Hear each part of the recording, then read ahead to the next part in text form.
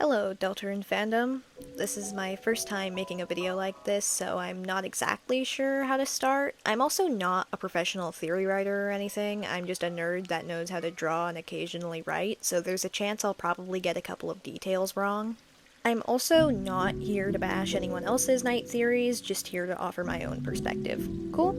Cool. With the release of Chapter 5, I've had a certain theory brewing in regards to the knight's identity that I haven't seen many other people proposing in detail, so I thought, why not take a crack at this long-form video thing myself? So here I am. Just putting a disclaimer here, this video is going to contain spoilers for Chapter 5 of Deltarune, so if you're not caught up yet, there's your warning. If you have played the chapter, great! I now introduce to you Echo Knight Theory. One thing I've seen a lot of people online talking about with the release of Chapter 5 is that they think there wasn't enough lore or story-heavy content in the chapter, especially compared to the chapter immediately before it. Even after the recent patch of the new dialogue in Pink Shop, I've seen this take still going around. I disagree. While it is definitely a chapter that feels more lighthearted as to be the calm before the storm that Chapter 6 probably will be, I think there's actually a decent amount of lore to be found not just in dialogue, but also parallels and implications if you look just beyond the surface level. Bits and pieces of this, I believe, might actually lend a hand in solving the knight's identity. But to get to that, I first have to talk about Death Knight. Death Knight. It's one of the most popular Deltarune theories out there at this point, and if you're in the community, you've probably heard of it by now. There's a decent amount of evidence for it, so it would make sense. For one, the knight's sword resembles a baseball bat, which December is well associated with at this point. Now, I'm not saying the knight's sword is a bat per se, but it definitely has an appearance similar to one, which I think is worth pointing out. The scream sound they make when they're damaged in their battle is noticeably similar to Noelle's scream and has gotten a lot of comparisons to it. The knight, or at least their helmet, has antlers. There's the connection with Gerson and how his dust darkener would have had to belong to a dark world made by someone who knew Gerson as a lightener, likely also someone who would have viewed him as a mentor or teacher figure. Also, Black Knife, if you listen closely, has a motif similar to Lost Girl if you break down the notes of it. Some people would probably argue otherwise, but I personally recognize similarities between the two the first time I heard Black Knife. If it is meant to allude to Lost Girl, maybe it's just supposed to be vague or subtle on purpose as to not feel like it's being shoved right in front of your face. On another note, I have a feeling the Song from the Sea Onion talks about in Chapter 2 might be something along the lines of Lost Girl or FindHer.og. While it could also very well be a variant of Don't Forget, it being a variant of Lost Girl could likely still tie in and make sense given that the song is connected to Des, and Des is probably connected to the lake because there's like a dark world or something connected to the bunker down there. By the way, quick side tangent. What happened to Onion again? Because it is not looking good for them over there. Jokes aside, as morbidly funny the crack theory of, oh my god, Gaster's Goner crew turned Onion San into street food is, I don't actually think they got cooked and eaten. Given the fact that the last we heard from them was them saying they were going to go investigate the song coming from deep under the water, I think it might be more of an indirect nod to the fact that something happened to them involving whatever it is under the lake or in the bunker. Maybe they ended up wherever Chris and Noelle might be going in the Chapter 5 weird route, or wherever Des is. Maybe the two are one and the same, who knows. This leads me to another point. I don't think Des is the knight. I think Des is under the lake, or in the bunker, or the depths, something like that. But you just explained a whole bunch of evidence for Des Knight, and now you're saying you don't believe it? Kind of. I don't think Des herself necessarily is the knight, but I believe the knight is Des in a fun, secret, alternative way. Like a lot of other people, I believe December is our mysterious speaker from the unused dialogue in the game files, the one that describes our character trapped alone in the darkness for an undetermined amount of time. So with that being said, how can Des be both the knight and trapped in the game files or the depths, wherever it is? The Shadow Crystals. The secret bosses all drop them, including the knight. We need them to make the pure crystal, they're weird and mysterious, all of that. In Chapter 5, Sham gives us the small but significant clarification on what the shadow crystals actually are. They tell us that the shadow crystal contains the power of will.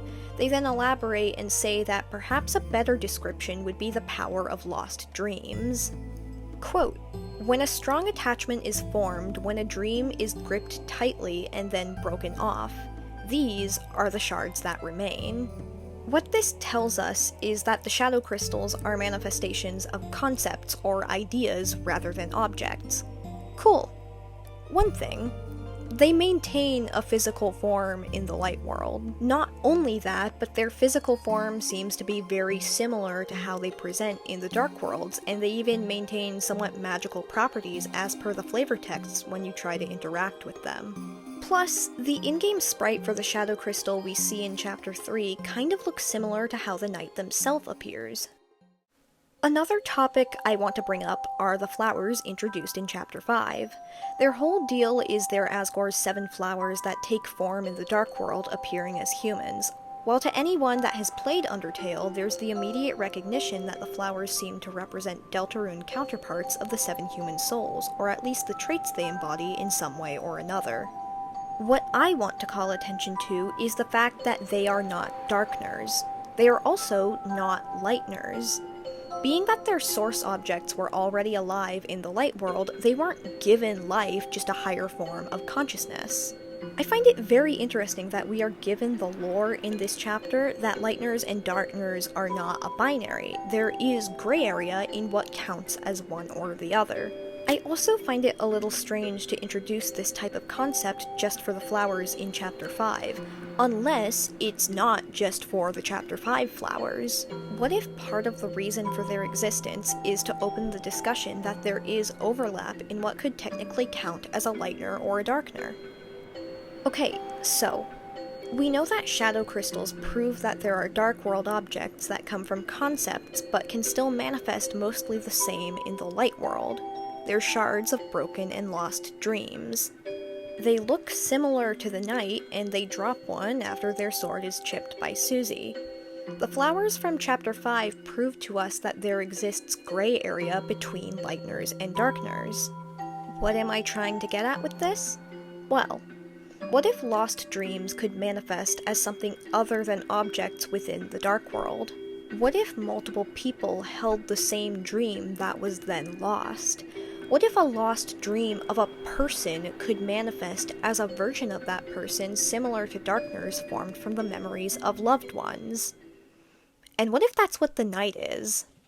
When December went missing, naturally everyone who cared about her would have freaked out about it. They would have searched for her, tried to find clues on how she disappeared or on how to find her. When all of their efforts would have come to no fruition, they would have simply just started hoping and wishing for her return, for someone to find her.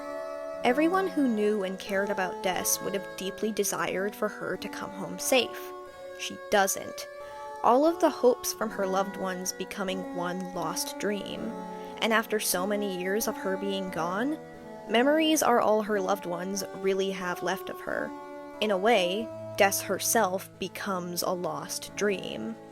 The idea is the night itself is the manifestation of the collective lost dream that is the wish for December to be found. In a way, the night isn't Des herself, but an echo of her. Them being made in a similar way to the shadow crystals would explain how they would be able to exist in the light world. They would have been born from darkness, but their core component being the lost dream concept of a Lightner might mean that the night themselves is neither a Lightner nor a Darkner, but somewhere in between. The shadow crystals seeming to be able to maintain some kind of magical properties in a way might also apply to the night. And Sham's initial choice of words to describe the power they hold being will is very fascinating considering in the lore, dark fountains are opened by the power of a Lightner's will, or determination. If the night is in a sense part Lightner and the nature of their existence allows them to possess the will of one, it would explain why they can open fountains.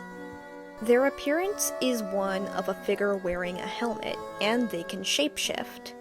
If their origin is the collective memory of Des, who has been missing for a long time, maybe that's why they appear to wear a helmet, but it functions like a face for them occasionally?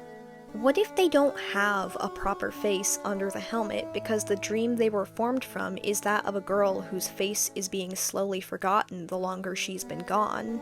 And another point, if they're formed from a collective lost dream and not that of just one person, could they be considered an amalgamate of sorts? Because I think of that concept and it brings up the image of that one sprite they have where it looks like they're dripping.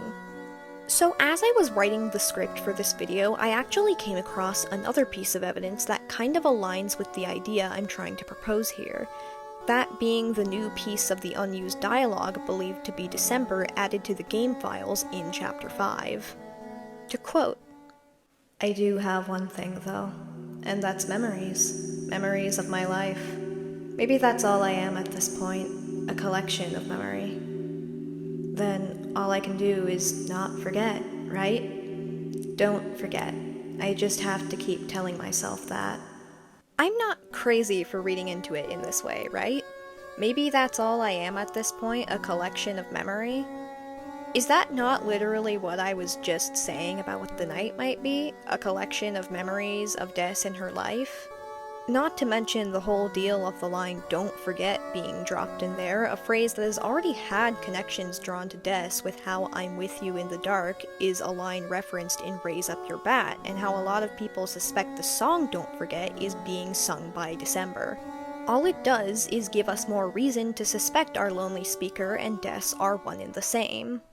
Okay, so I've been waiting to get to this point I'm about to make for a little while now, because the more I've pieced together bits of evidence for this theory, the more I've noticed a few parallels going on with it. So, we have a character who is the sibling of a plot-relevant character heavily involved in the game's evil route who has been gone for many years. They haunt the narrative, their name is mentioned or they're at least alluded to pretty often, but we never actually see them in a regular run of the game, at least so far. They have a memorable leitmotif that's slipped into multiple lore-related songs that subtly or not so subtly reference them. There's evidence that might nudge us to who they are involving flowers.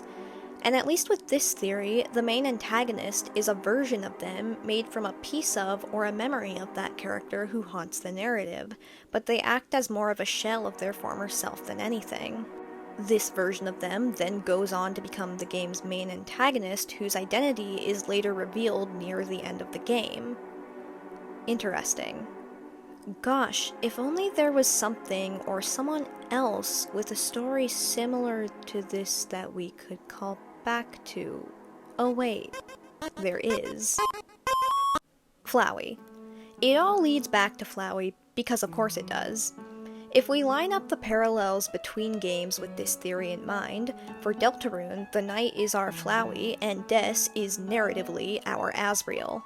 With this in mind too, both of them might also have similarities in having connections to the amalgamates in Undertale.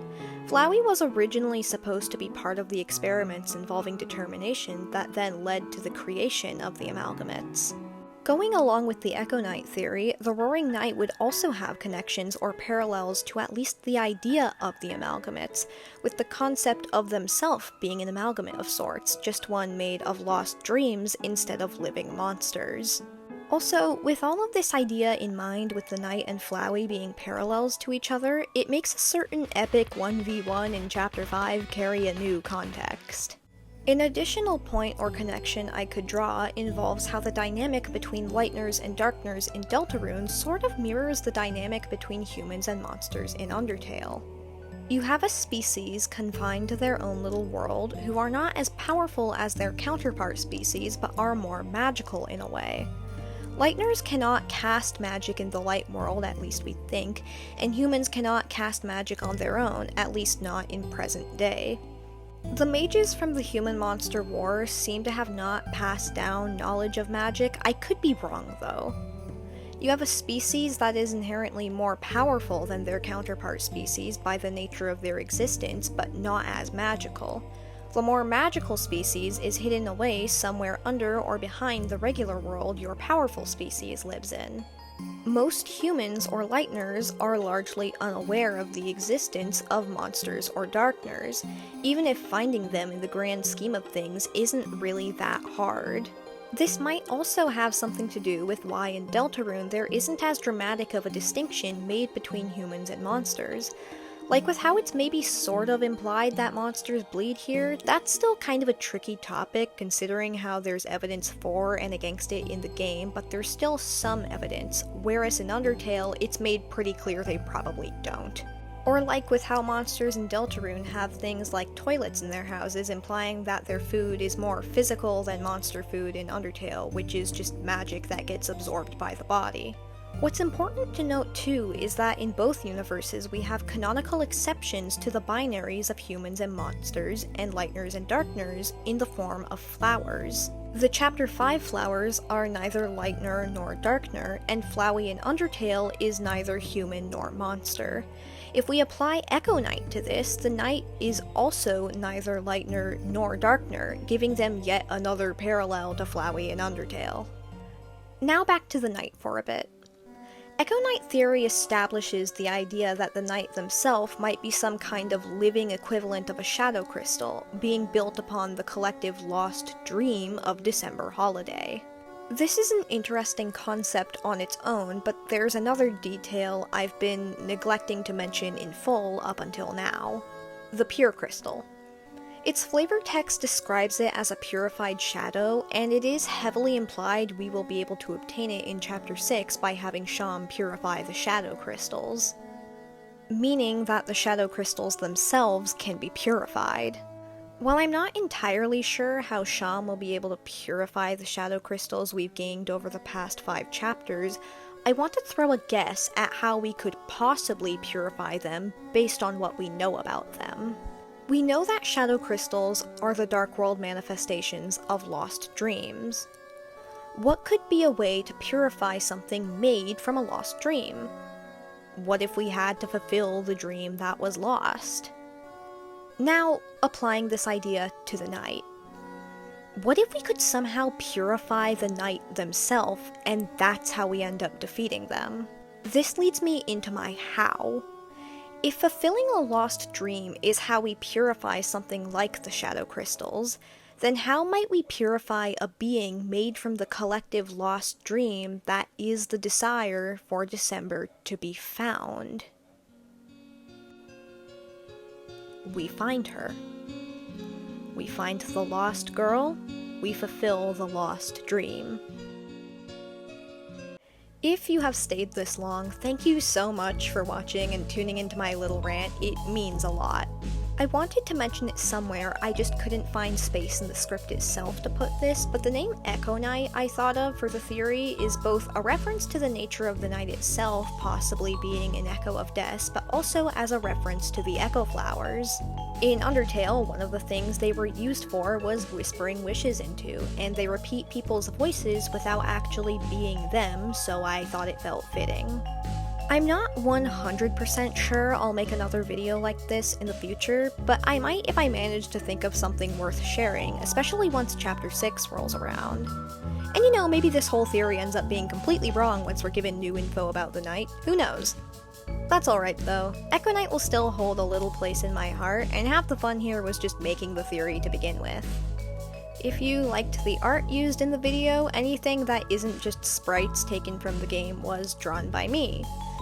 I also have commissions open if anyone is interested in that. Shameless plug, I know. Something something, yada yada, subscribe and like the video. So yeah, if you watched the whole video and enjoyed it, thank you for that. With that being said, I will see you later. Maybe. Bye-bye.